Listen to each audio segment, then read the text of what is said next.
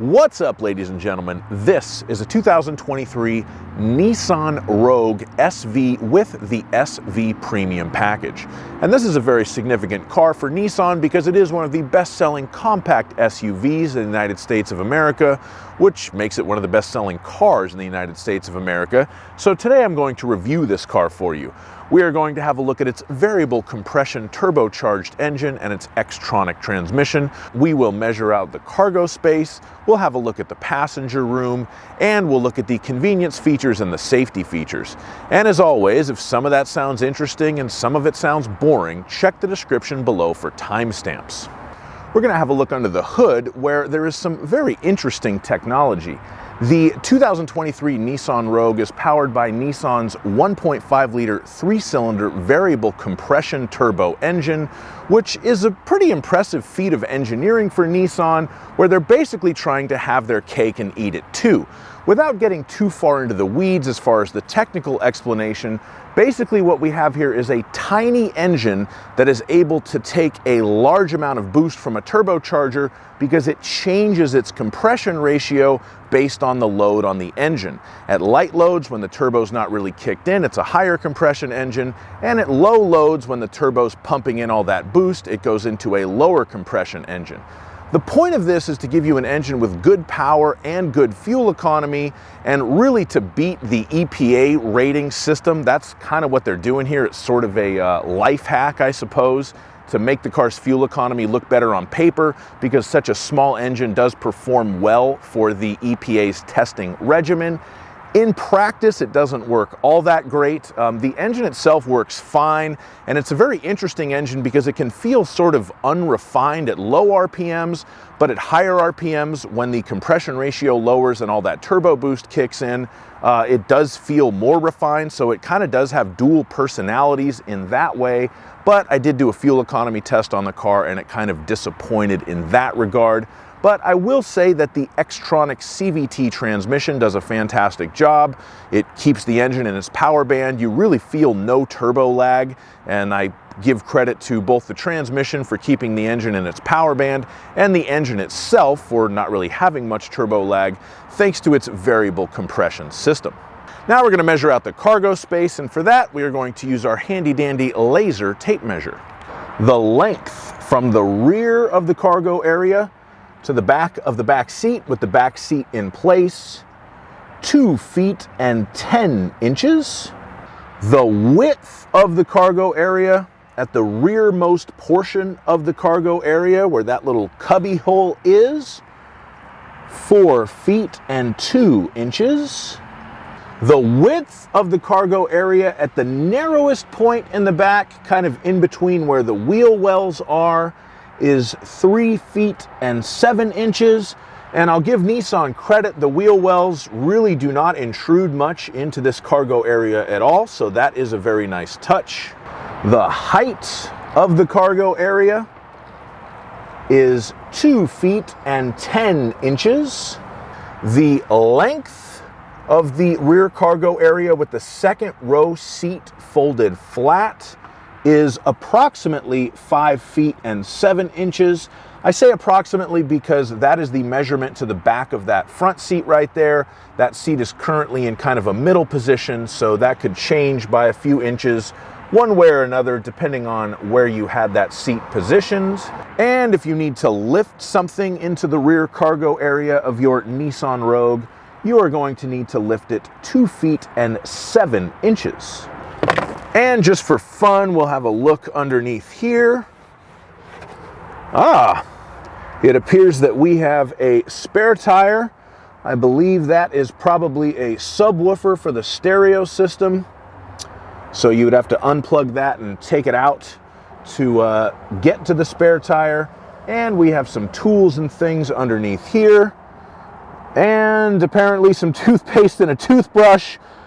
Those are not my items. I don't have anything to say about that, but that is the underfloor of the cargo area in the Nissan Rogue SV. Now we're going to measure out the passenger space, and for this I like to use myself. I'm 6'5", so let's see if I can sit behind myself in the Nissan Rogue SV.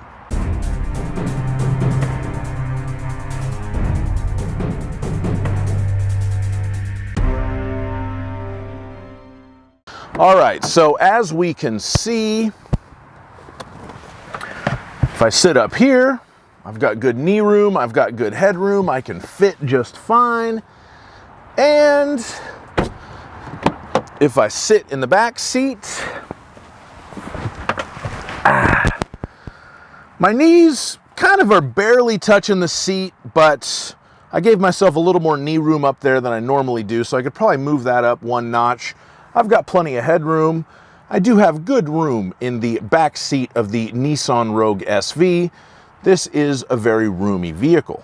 Now we're going to start talking about the convenience features on the Nissan Rogue SV. And on this particular car, we do have rear air vents and one USB-A port and one USB-C port for our backseat passengers to charge their devices and stay comfortable. We also have a rear center armrest with cup holders in it. It's kind of standard, but a nice touch nonetheless. And as part of the SV Premium package, we have rear sunshades. So there you go. If you have Paris Hilton in the back, you can keep her nice and cool and shaded from the paparazzi.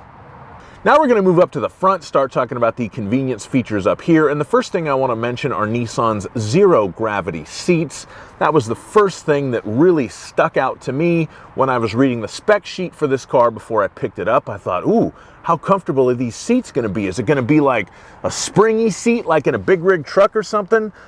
No, it's just a seat. Now, it is a very comfortable seat. Nissan says that there are 14 pressure points built into the seat to give you maximum comfort, blah, blah, blah, blah. I did do about a 2-hour drive in this car one of the days that I've had it, and it is very comfortable, I'll give them that, but you read zero gravity and you're thinking that it's going to be some awesome, amazing seat. It's just a comfortable seat, that's all it is, nothing that special.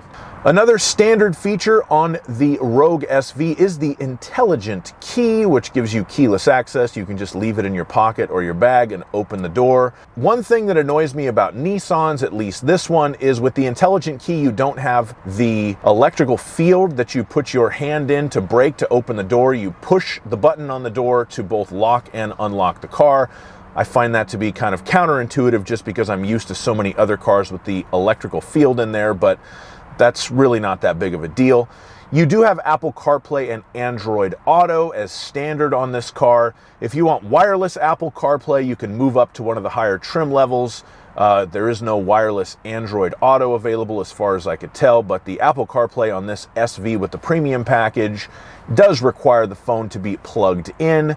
We have an additional USB-A and USB-C charging port up front, along with a 12-volt cigarette lighter style power outlet, so we do have plenty of power outlets to charge our phones.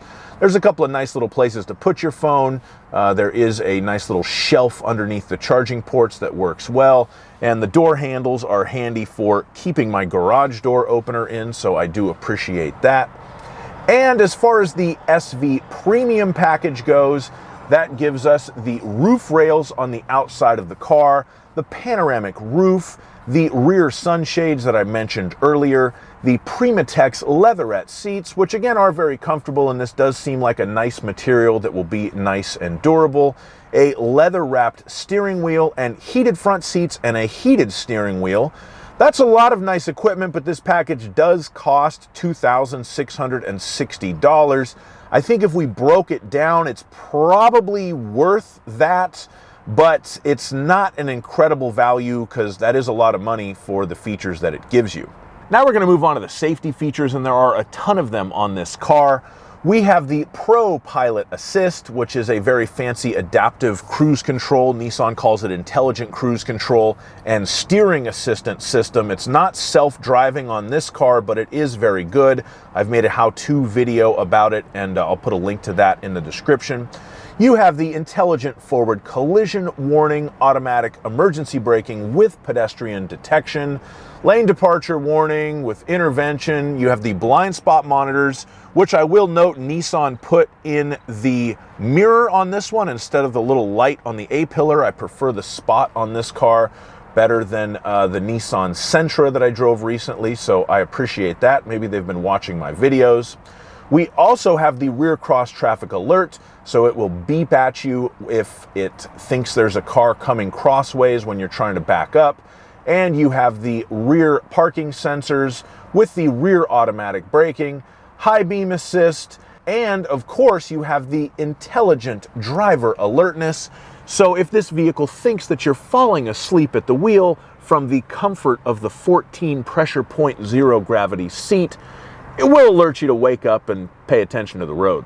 Thank you so much for watching my review of this Nissan Rogue SV. If you liked it, please click that like button, subscribe to my channel, and have a great day. Bye-bye.